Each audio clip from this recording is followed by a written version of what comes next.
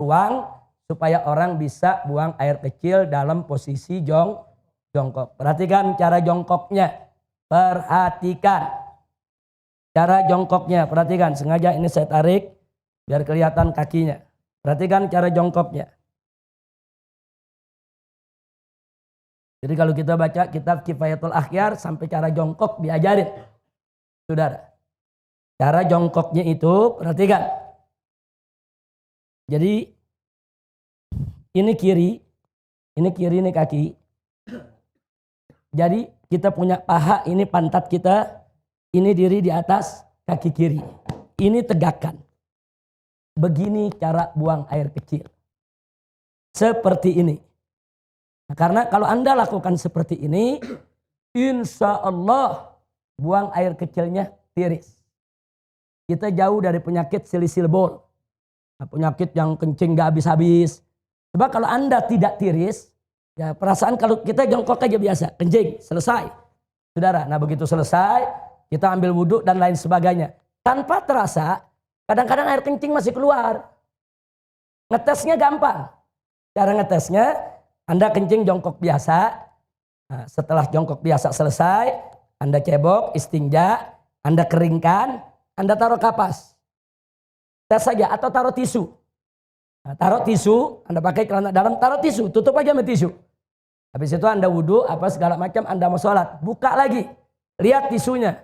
Ada tetesan air keluar lagi. Itu kalau kita mau ngetes, bener gak ini keluar lagi? Jadi kalau orang yang buang air kecilnya tidak tiris, akan keluar lagi. Nah maka itu supaya tidak keluar lagi, perhatikan. Ini seperti ini akan tiris. Seperti ini. Nah, setelah seperti ini buang air kecil, kita bungkukan sedikit. Kita bungkukan sedikit. Nah, boleh sekali-sekali kalau masih berasa ada, kita tukar posisi. Nah, sekarang kita di kanan, kiri yang tegak. Tapi ini bukan posisi utama, bukan. Posisi utama yang tadi. Posisi utama yang tadi. Ini cuma untuk menggoyang kita punya kantung kencing. Supaya kantung kencing kita ini kegoyang. Digoyang begini, balik lagi. Tapi ini yang utama. Ini kalau begini kita kencing, insya Allah tiris. Tidak akan tersisa lagi. Kira-kira jelas tidak? Ditambah lagi dengan jari kita tekan bagian bawah sebelum bagian dubur di bawah ada, kalau kita tekan keluar lagi itu. Keluar lagi itu cairan. Tekan sedikit. Yang ketiga, istibra. Apa istibra? Dehem. Dehemnya bukan dehem dengan tenggorokan. Bukan dehem dengan suara dada. Dehem dengan perut. Perut. Jangan pakai dada. Enggak. Coba lihat, ada bedanya enggak dengan dada sama dengan perut? Beda. Coba pakai perut. Gimana dehem? Perut kita tekan. 3-4 kali. Nah, itu klepnya terbuka. Kita dehem, klepnya terbuka, dia akan tiris air kencingnya. Kira-kira jelas? Habis itu baru kita istinja. Jadi Islam ini indah. Sampai cara kencing diajarin. Dalam Islam ya ikhwan. Dan ternyata para dokter ngakui. Para dokter itu mengakui ternyata betul memang posisi itu membuat bukan hanya kantung kencing. Membuat ginjal kita di posisi yang benar untuk membuang daripada air seninya. Jadi posisi ginjal nih, saudara memang seperti ini. Dia jadi seimbang posisinya kalau begini. Ginjal kanan, ginjal kiri. Saudara, memang posisinya begini. Jadi untuk ginjalnya sehat, kantung kencingnya sehat, dan insya Allah tidak menetes lagi.